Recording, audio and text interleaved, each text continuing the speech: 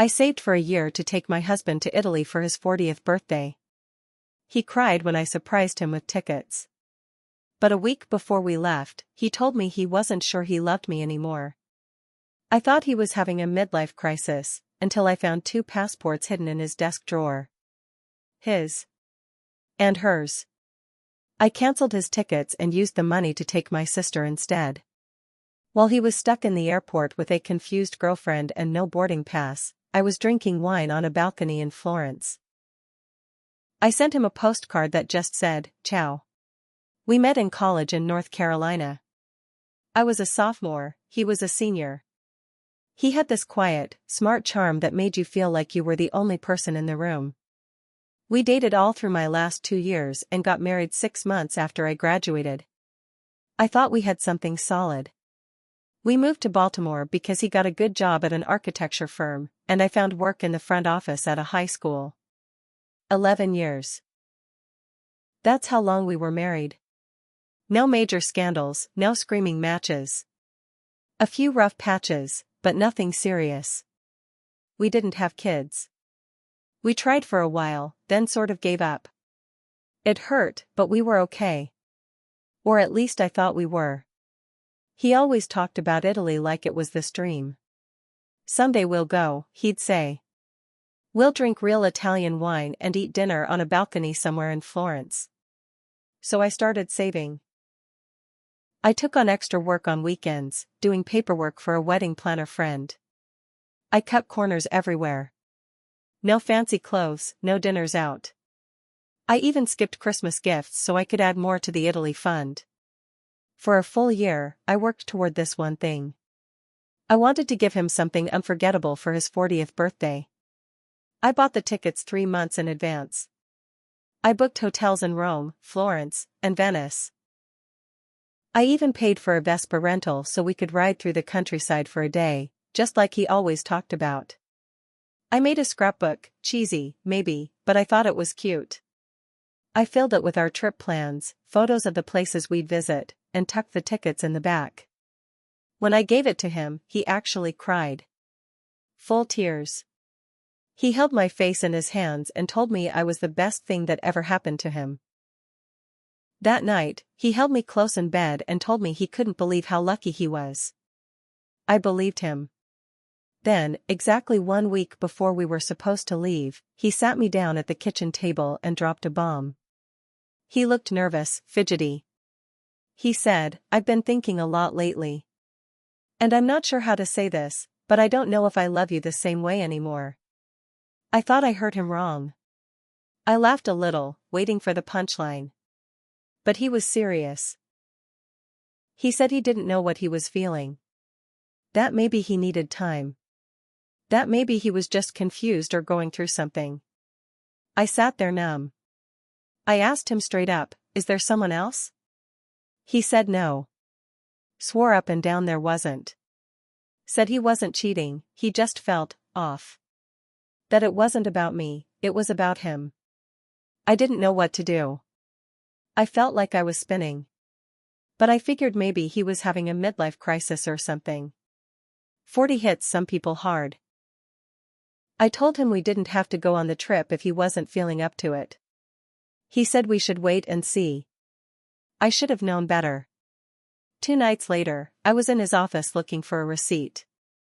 He'd asked me to help him find a warranty form for a broken printer. I was digging through the bottom drawer of his desk when I found a manila envelope shoved behind a stack of papers. Inside were 2 passports. His. And one for a woman named Claire Mullins. I remember every second of that moment. The air felt like it got sucked out of the room. My hands started shaking. I sat down right there on the floor and just stared at them. Claire's passport was brand new. The issue date was only a few weeks ago. She had a stupid wide smile. Maybe in her mid-30s. Blonde. Thin. The kind of woman you see at yoga studios in overpriced leggings. Tucked into the back of his passport was a second boarding pass. Same flight. Same day. Same seat row. But instead of my name, hers was listed. Claire Mullins. There was also a hotel confirmation for Florence. Same place I booked. Only it had been changed 2 days earlier, to a room with one king bed. I didn't cry. I didn't scream. I didn't storm into the kitchen to confront him. I sat there. Ice cold. A kind of quiet I didn't know I was capable of. He lied. Over and over. To my face. While I was working weekends and skipping meals to make this trip happen, he was planning to take her. On my trip. Paid for with my money. That night, I acted normal. Made dinner. Watched TV beside him. Kissed him goodnight. Then I stayed up all night on my laptop. The first thing I did was cancel his ticket. I contacted the airline and explained the situation. They were surprisingly helpful. I paid a small change fee and switched the second ticket to my sister's name. She'd gone through a divorce the year before and hadn't had a vacation in years. She cried when I told her. I didn't cancel the hotel reservations. I moved them. Changed the check-in name. Changed the room. Made sure everything had a note that said ID required, no exceptions. Then I printed one thing. A postcard with a photo of Florence at sunset. On the back, I wrote just one word, ciao. I sealed it in an envelope and slipped it into his carry-on when he wasn't looking. The day of the trip, I acted like I wasn't going. Told him I felt sick. That I was going to stay behind and we'd talk when he got back. He looked concerned, but also relieved. Probably figured he'd finally have his weekend of fun. I dropped him at the airport with a hug. Watched him roll his suitcase into the terminal like nothing was wrong. Then I picked up my sister and headed to the international terminal. We flew first class. Drank champagne. Landed in Rome and never looked back. The next morning, I got a single text from him. What the hell did you do? I didn't respond. He and Claire made it through security, but when they tried to board, her name wasn't on the reservation. And the hotel wouldn't let them check in. Everything was in my name. He was stranded at the airport with a confused side chick and no backup plan. I spent that night on a balcony in Florence, drinking wine with my sister while the sun set over the rooftops. I mailed the postcard from the front desk the next morning. Ciao. I thought that would be the end of it. That after the postcard, the message was clear. That he'd get the hint, pack up his ego, and crawl back to whatever corner he came from. I was wrong. 3 days into the trip, my sister and I were having dinner at a tiny trattoria in Florence. Best pasta I've ever had in my life, thick, handmade noodles and a sauce so good I wanted to lick the plate. I was finally starting to feel like a person again. Like maybe I wasn't broken. Then my phone buzzed. I'm coming to Florence. We need to talk. I stared at the message for a full minute. My sister leaned over, saw the look on my face, and said, "Don't you dare answer that." I didn't. Next day, I woke up to 3 missed calls and a voicemail. He sounded angry. Real angry. Said I humiliated him. Said Claire left him at the airport because she thought he was the one scamming her. Said he had to spend 2 nights in a cheap airport motel with no luggage because the airline wouldn't let him back into the baggage area once his flight left without him. He said, and I quote, "You went nuclear when you could have just talked to me like an adult." Right. Because hiding a second passport and trying to take another woman on my trip was super adult behavior. I blocked his number. That night, I posted the whole story, minus names, on Facebook. I didn't even plan to, but my sister said I should let people know who he really was. I didn't tag him, didn't say it was him. But it didn't take long before people figured it out. Turns out, Claire wasn't just some random fling.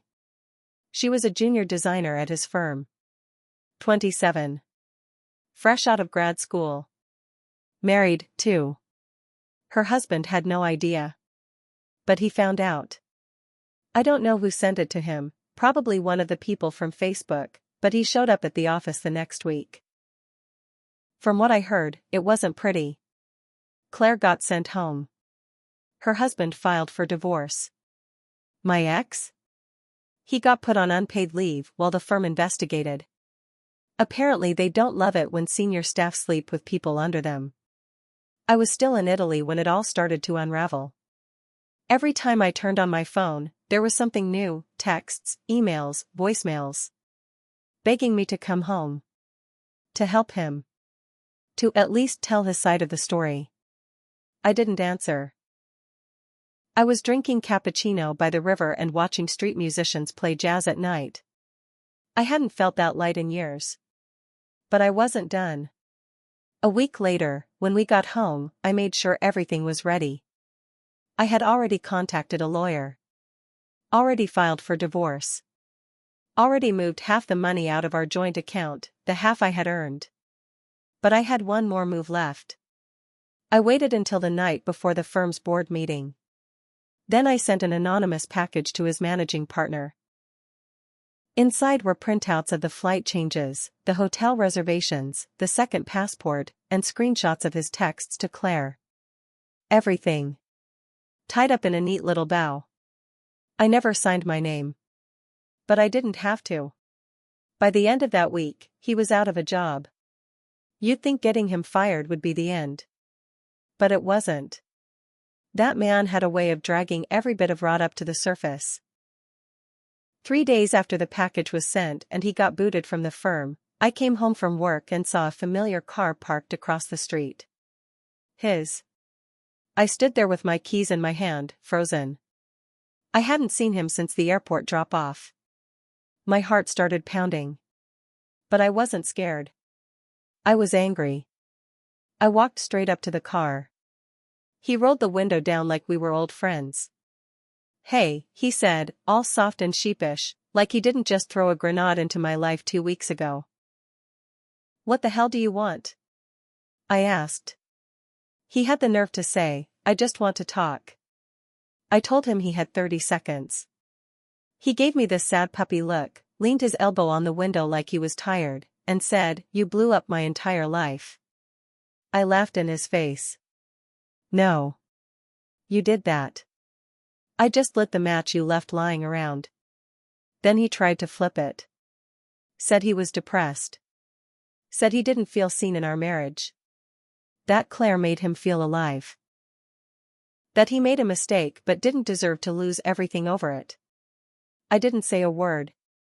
I just stood there staring at him. Let him talk himself into a hole. Then I said, Did you feel seen when I was selling my stuff to pay for that trip? He didn't answer. Did you feel alive when you were lying to my face every day for months?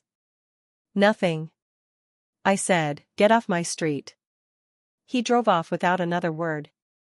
The next day, he showed up at my sister's job. She's a nurse at a clinic downtown, and she said he just walked in and sat in the waiting room like a creep until she came out to get her next patient. She said he looked awful. Hollow. Like he hadn't slept. She told him if he showed up again, she'd file a restraining order. I thought it might be over after that. But then I got a letter. It was handwritten. 8 pages long. A real masterpiece. He blamed me for exposing him. Said I had ruined 2 lives. His and Claire's. That she got a job offer in Chicago but turned it down because she didn't want to run from the shame. And then, the real twist, he said Claire was pregnant. Said they had just found out before the trip. That she hadn't told her husband yet when everything fell apart. And now she blamed him for losing everything. He said he wanted to do the right thing but didn't know how. That he was trapped between 2 disasters. And then, the final line, but you still know me better than anyone. You know I'm not this person. Help me fix it. I laughed so hard I dropped the letter in the sink. Fix it? He really thought I'd be his safety net again. After everything. What he didn't know, what nobody knew yet, was that I had just been offered a job at a private school in Philadelphia. Higher pay. Better hours. Fresh start. I was already planning my move. But before I left, I had one more surprise. I waited until everything was in place. I didn't tell anyone except my sister and my lawyer about the job offer or the move to Philly. I wanted a clean break. No more drama. No more him. But he'd messed with the wrong woman. I wasn't going to slip out the back door quietly while he played victim and tried to rebuild his life like none of it happened. I went to Claire's husband. I still had her name from the passport. With a little digging, I found out they lived about 20 minutes away, in a condo near the harbor. I didn't show up in person, I'm not crazy, but I sent him everything. The flight details. The hotel reservation. A copy of her passport photo. Even a scan of the letter my ex wrote about her being pregnant. I didn't sign my name. I just mailed it with a sticky note that said, "Thought you deserved to know the truth." Better late than never. 2 weeks later, I heard through a friend that Claire had moved out. Her husband changed the locks. He told her to get a paternity test before he signed any divorce papers. My ex must have found out where the letter came from, because he started blowing up my phone again. This time it wasn't angry, it was desperate. Voice messages where he was crying. Talking about how I ruined his chance to be a father. How I had burned his life to the ground. I ignored every one of them. I left Baltimore on a rainy Thursday. Took only what I needed. Let the house go into foreclosure because I refused to pay his half after I filed for divorce. He couldn't cover it with no job, no savings, and no new clients. The bank took it 3 months later. He called me one last time the day before the court date. Left a voicemail I'll never forget. "You win," he said. "You wanted to destroy me. Congratulations. I've got nothing left. You happy now?" I listened to it once. Then deleted it. Was I happy? No. But I was done. There's a difference. That's what he never understood. This wasn't about revenge for the sake of revenge. It wasn't about punishing him just to be cruel. It was about truth. About consequences. About someone finally holding him accountable after years of walking around like he could lie, cheat, and manipulate without ever paying for it. He played the victim, but he built his own cage. I just locked the door behind him. In Philly now, I have a 1-bedroom apartment, a new job, and a city that doesn't know my name. It's quiet here. Peaceful. Sometimes, late at night, I think about who I used to be. The woman who planned a romantic Italian vacation for a man who was planning to leave her behind. I don't miss her. But I still keep the postcard I sent him. The one that said, "Ciao." It's on my fridge. A reminder that when someone shows you who they really are, you leave. And if they try to burn your world down, you let them watch as you build a better one, without them.